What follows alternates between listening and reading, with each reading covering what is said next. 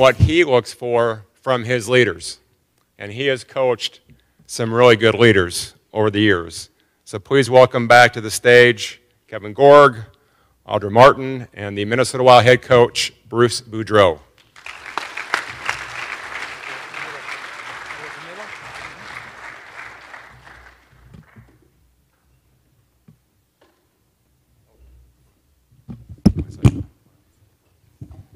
Sorry, I should make also one more. This is another opportunity where you can text a question for the coach. The number up there is 651-800-1284, so you can text the question for the coach.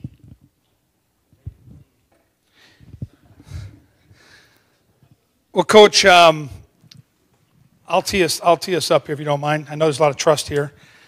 We've got some miles together, but coached on numerous teams at numerous levels, even in the NHL. We've seen you from Washington to Anaheim to Minnesota. When you're new to a hockey team, new to a locker room, how do you go about building the trust and deciding as the head coach which players are going to, in the early stages, send the right messages? Well, first of all, you're going to ask that again. I want to congratulate everybody out here for doing a great job this year and for being here. So thanks so much for coming. But you know what? I think, and I might be talking around this question a little bit, but I think one of the greatest things and attributes you can be, whether it's athletics, whether it's in an office, or just whether it's being with your friends or at home, is being a great leader and to be known as a leader. And but that entails so many things to being a leader. The one thing that I think most important it is great leaders put people ahead of them to do it in the right way. And I think that's probably the most important thing, is even though sometimes you want to get a little bit of the glory and everything else, if something better, if another person is better at it or whatever, putting them first is to me the first sign of being a great leader. And when I can see players do that, and in my job, and they put other people first, even though they would love to be in the same situation, to me that shows great leadership. And that's just the start of what it is, I think. And when you talk about being a leader, you a lot of times hear the vocal leaders or the leader by example. What's the right balance? What do you look for, and what would your advice be to these young athletes as far as finding a good balance of both characteristics? Well, the one thing, if you're going to be vocal, you got to, everybody loves to talk, but you be better, and for want of a better phrase, be able to walk the walk. I mean, I think there's a lot of guys that say a lot of things. We got to do this, we got to do that, but if you can't do it yourself, then don't say anything. Like I had a player in Anaheim named Ryan Getzlaff, who's been the captain there for 8 or 9 years, won a Stanley Cup, and I classified him as a great leader. And one of the things that he used to do was really good is if we had a bad period or something, he would stop me before I was the last one to go in and say, let me handle it. But he would only do that, and he'd tell me that he could only do it if he was playing well. Because when he's not doing the job, he couldn't go in there and expect the players to follow him if he was playing like crap. Like if he was going in there and saying, we got to do this and we got to do that, we can't give the puck away, and yet he gave the puck away all period, it would be like a very hollow saying. But when he was playing good and the rest of the team wasn't going, he was the best I've ever had at going into the room and saying, boys, follow me and do what I do, and you're going to be okay. And to me, that was a big sign of him being a vocal leader. But knowing that if you're going to be that kind of leader, then you better do it. You better do what you say. As far as the other thing of being a silent leader, and I've had these guys too, where they've come in the middle of the season and on trades and that, and they were captains on other teams, and they'd sit there and they'd say, and Eric Stahl's a perfect example, I don't need an A or a C on my jersey for me to be a leader. They just do the right things all the time, and when you do the right things, then people see this and they follow it. It's the number one thing they do. I mean, we could sit there and talk about doing everything, but if you're not doing the right things or practicing what you're preaching, then you're in trouble. And I'll give you a little Eric Stahl story. Is when we have the year-end meetings, everybody in any sport wants to play more, be on the ice more, be on the court more, be on the field more. They want that. And when I'd have meetings that have player X come in and say, you know what, I only averaged 14 minutes this year. I'd really think I'm better if you give me 16 or 17 minutes, and so on. And I'd have a few players come in and say that. And Eric Stahl came in and he said, you know what, I think we all want to play more, but I scored 42 goals this year, and I haven't done that in 10 years. So you must be putting me in the right spots at the right time. So continue doing what you're doing. And I thought, wow, that's pretty insightful. And that he had his best year, but he wasn't thinking, hey, I had my best year. If I had more ice time, I would have had 50 goals. He might have had a lot less because he might have been too tired. So, but there's somebody who knows right away what the good things are. Great question from the audience up here, Coach. It's a grind. The NHL season is long. There's ups and downs, and you, as a coach, I know, try to get these guys to focus daily on the task at hand, the one game at a time mentality. How do you do it, though? How do you have success? How do you instill that one day at a time into these guys when they are all thinking about winning the same prize? Well, you know what we do, and every team's a little different. Some teams in hockey circles have 5-game segments or 10-game segments to make the goals look a little easier to attain. We have weekly goals, so if we played 3 games in a course of a week, we sit there and say, all we have to do to have a successful week is win 2. Win the week. That's what we talk about, is just win the week.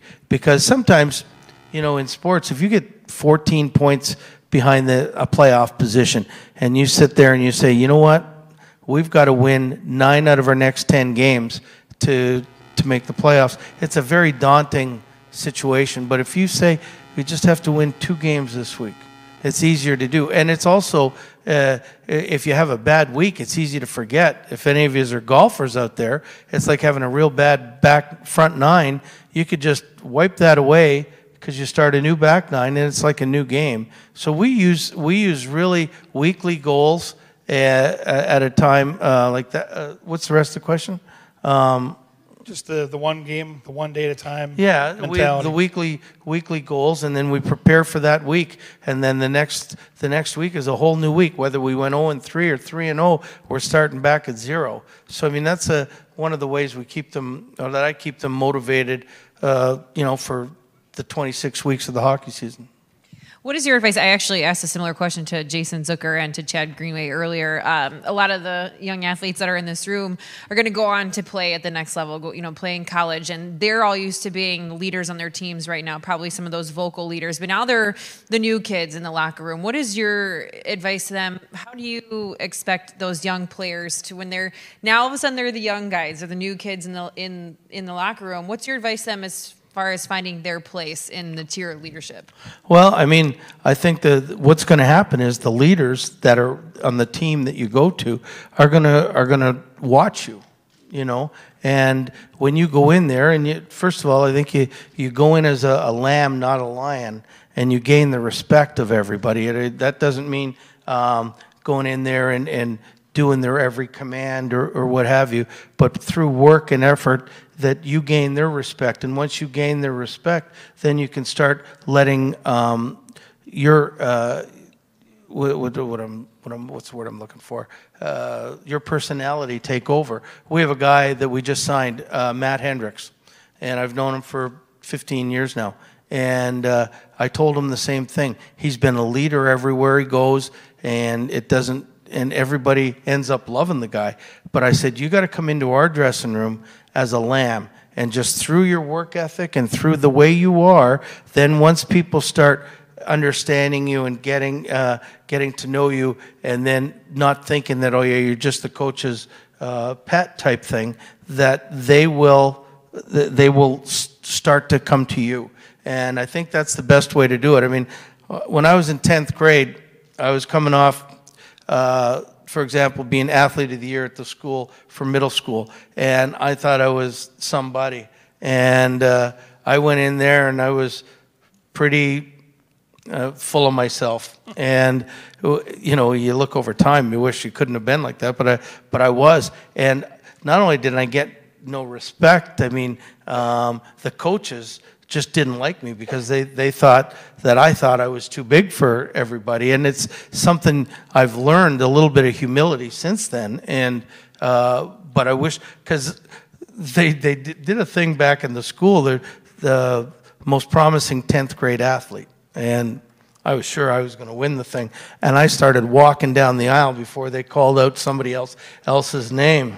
And you want to get embarrassed, that's what you do. But they Southwest did that. Airlines want to get away. Yeah, they did it because I could picture the coaches in the meeting and the teachers in the meetings going, there is no chance in hell that we're letting Boudreaux win this award. So I think a little bit of humility and going in there slower and gaining everybody's respect is an awful lot better than jumping in like a lion and watching the then leaders going, who the hell does this guy think he is, you know?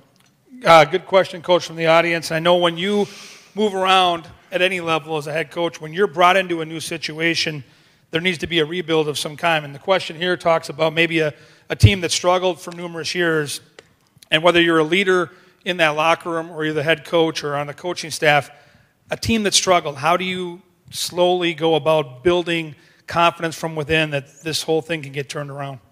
Well, it's funny you say that, and did I go into that? You did. I've done that too. It happens. It's funny you say that, and again, going back to my history only, when I got the call to coach in both Washington and Anaheim, both teams were in dead last place in the NHL, 30th place.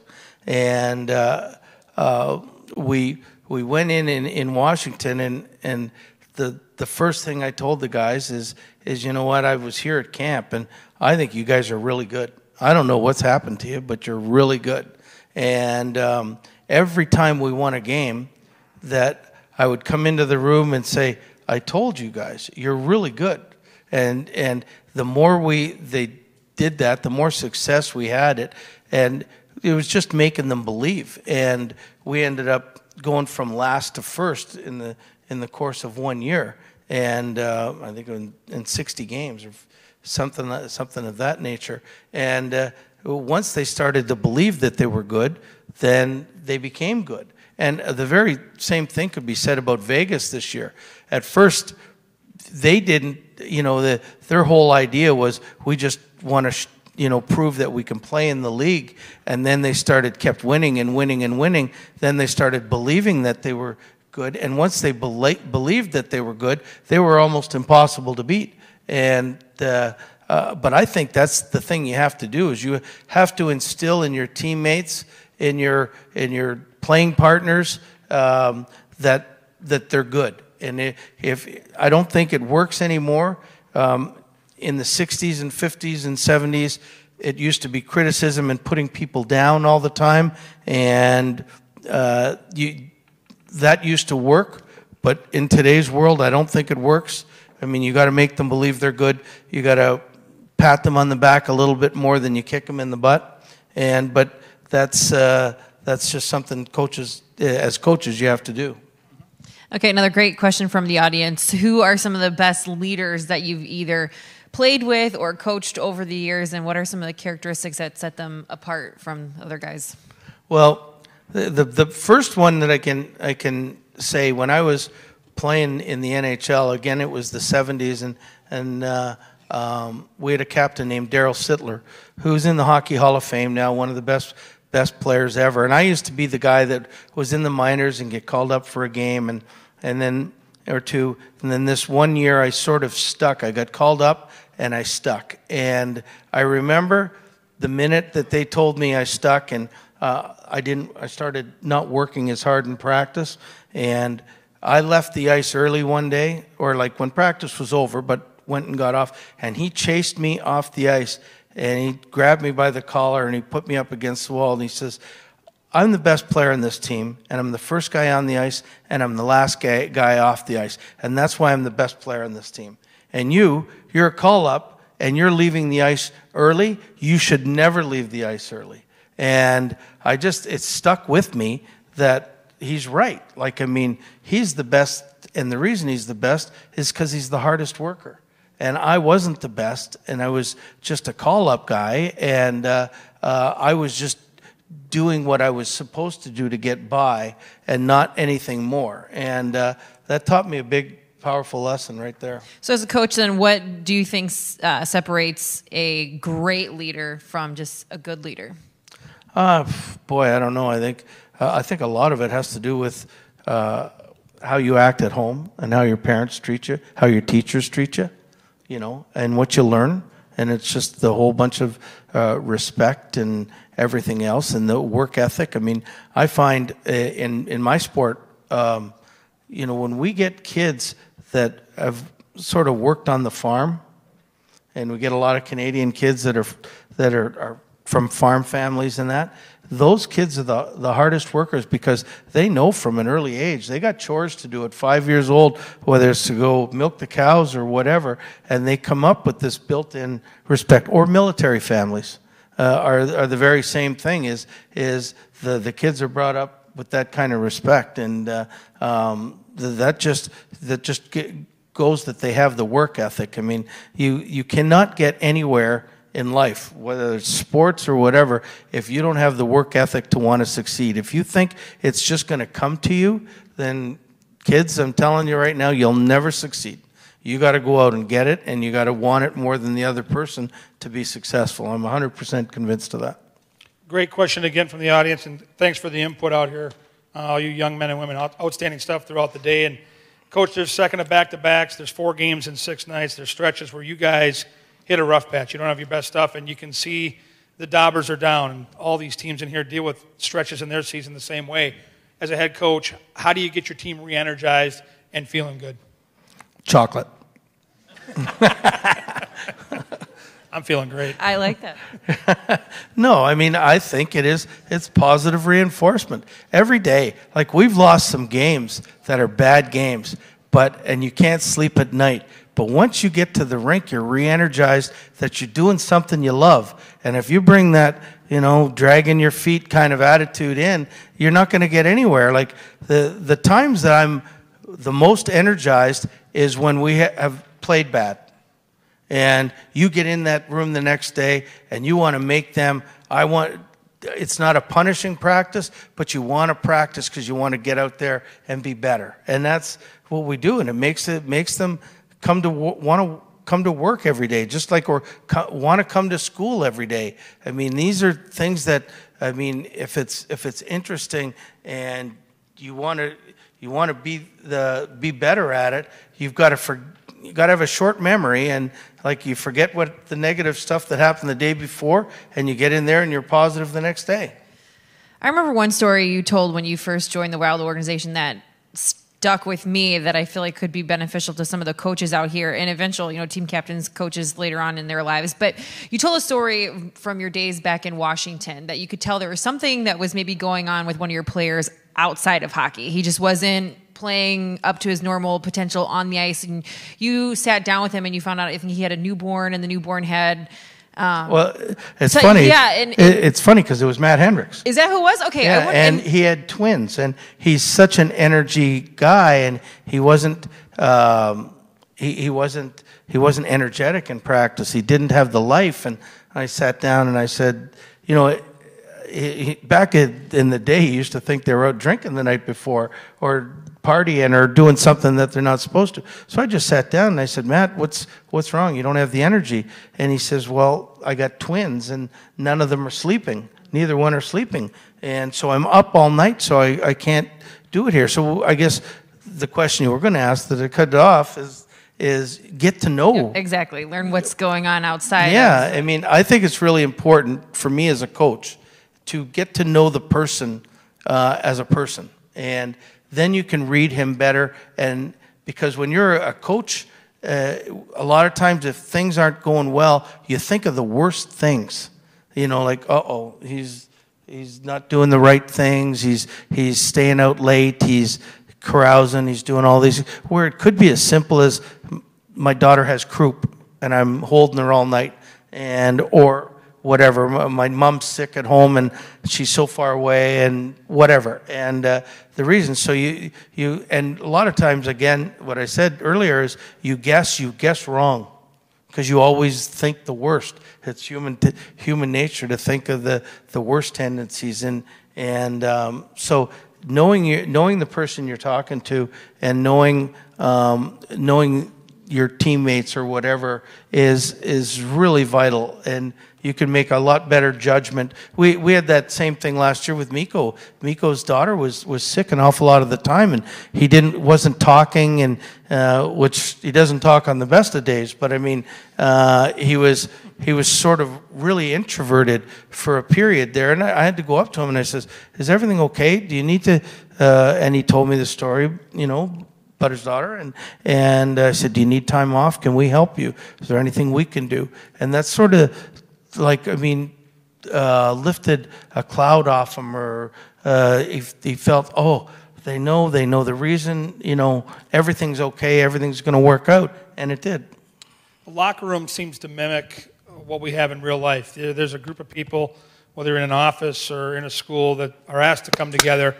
You're going to like some people in that room. You're going to get along really well. They're going to mesh easily. Others, it's going to be a process, coach. And I know as a head coach, your job is to bring them together. The closer that group is in the room, from the captains to the coaching staff to all the new players, the better the team's going to perform on the ice. We saw Herb Brooks in the movie Miracle. His way of bringing the guys together was to basically be a jackass and to make everybody hate him, and it worked brilliantly. They all came together, college players from all around the country, kind of came in as the one and rallied around their hatred for their head coach. How do you believe the best way for these captains or coaches to always handle conflict and bring a group of people that certainly have diverse backgrounds together for one common goal? Well, I don't want them to hate me. I mean, that worked again. It was 1980. Right. So I mean, just a quick thing, what they used to do back in those days, coaches would challenge you, and you would hope that the player that's sitting there, and you might go right up to him and say, "You're horrible, you're awful, you're brutal," and they would say, "I'll show you," and go out and get the job done.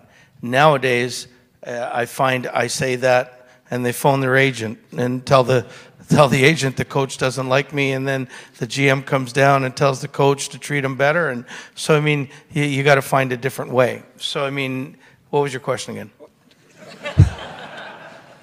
Conflict and bringing the team together. I know that the players in this room are all going to have situations that come up through the season where there's going to be drama. There's always drama behind the scenes, players that might not be getting along. Mm-hmm. How do you bring them together and get them focused on, if they're together, good things are going to happen? We have different games that we play. It's up to me to read the temperature of the room. And some days, teams are going to, we just lost a tough one. We're gonna get our butts kicked out there today. And you come in there and you say, okay, pick teams. We're gonna have a little game of shinny by ourselves. And then you sit there and you play for lunch, where all the players have to go out and buy lunch for each other, or just doing stuff like that. But reading the room is really important. I mean, it's tough. You're not going to get, if you put 20 people together privately, there's going to be some people that don't like somebody.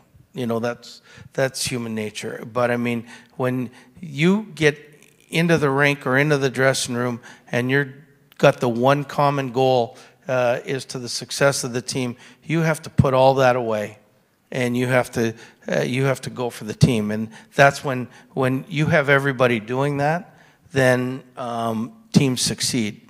I mean, there's been a lot of times the Yankees in the 20s, 30s, 40s, and 50s, they didn't like each other. But when they got to the ballpark, they had the common goal of winning, and so they ended up doing things to be together. We were up here earlier talking with Chad and Jenny Greenway and Jason and Carly Zucker about their contributions to the community. away from hockey, and about Carly, I think, had mentioned that it's important to have passions outside of the games and be an active part of your community and your city. As a coach, how proud are you when you see guys like Jason Zucker have such a huge impact in the community and giving back so much to the fans? I think it just goes to show you his character. By the way, did he say he was going to sign with us? We didn't ask him about that. Geez, you got to dig deep for those things. No, but that just goes to show his character, and I love Jason Zucker, but what him and his wife do, the foundation they run, and the good people they are. That, I mean, those are people that you want to go to bat for all the time. And when you see people doing that, and most of the good ones always have something that the foundation they're working with, the charity they're working with, and you can it's pretty easy to tell good people. And Jason's one of them. Final question. We got to let Coach go. He's got work to do next door. But the only person I know in this world that sees as many movies as me is you, Coach. Best sports movie that sends the right message as we leave here to these young men and women. I know it's a loaded question.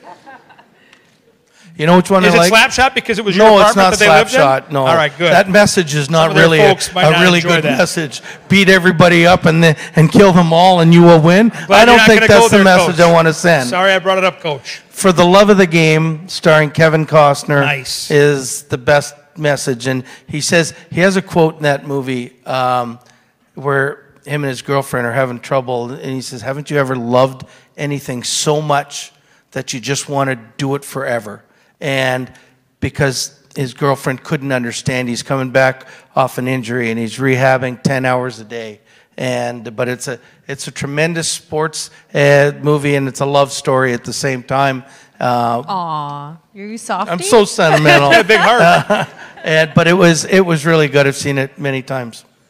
Ladies and gentlemen, the head coach of the Minnesota Wild, Coach Bruce Boudreau.